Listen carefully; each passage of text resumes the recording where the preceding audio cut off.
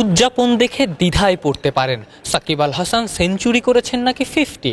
Century উদযাপনে সাকিব অবশ্য বরাবরই নির্লিপ্ত, কিন্তু এই সেঞ্চুরি যে অনেকখানি আলাদা, অনেক প্রাপ্তির এই সেঞ্চুরি। 99 রানে পৌঁছেছিলেন 69 বলে, 8টা চার আর 7টা বিশাল ছক্কায়। পরের 3 বল ডট। একবার মনে হয়েছিল আবারও কি সাকিব নার্ভাস 90s-এর শিকার হবেন না তো, শেষ পর্যন্ত অবশ্য হননি, সিঙ্গেল নিয়েই সেঞ্চুরি পেয়েছেন।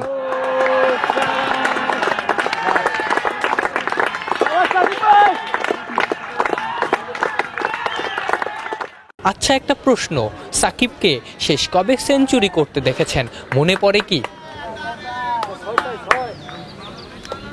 থাক, গ্রীষ্মের তীব্র গরমে মাথা খাটাতে হবে না, বলেই দিচ্ছি। বছর 5 আগে টনটনে ওয়েস্ট ইন্ডিজের বিপক্ষে বিশ্বকাপের ম্যাচে, এরপর ইন্টারন্যাশনাল তো বটেই, ঘরোয়া ক্রিকেটেও বিশ্বসেরা অলরাউন্ডার কোনো সেঞ্চুরি পাননি।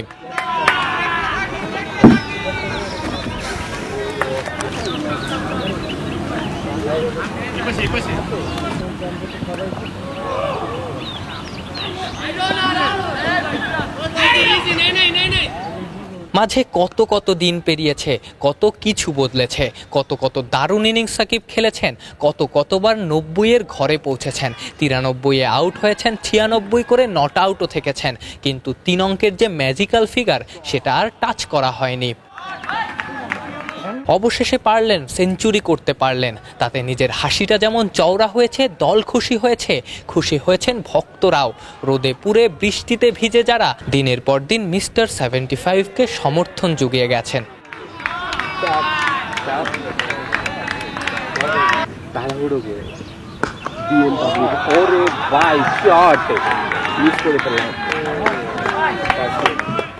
আগের ম্যাচে আউট হয়েছিলেন 49 রানে। তার আগে ডিপিএল-এ সবশেষ যে ম্যাচ খেলেছিলেন, এই গাজী গ্রুপ ক্রিকেটার্সের বিপক্ষে করেছিলেন 50।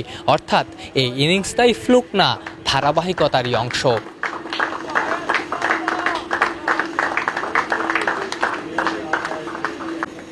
আফনান পিয়াল, অলরাউন্ডার।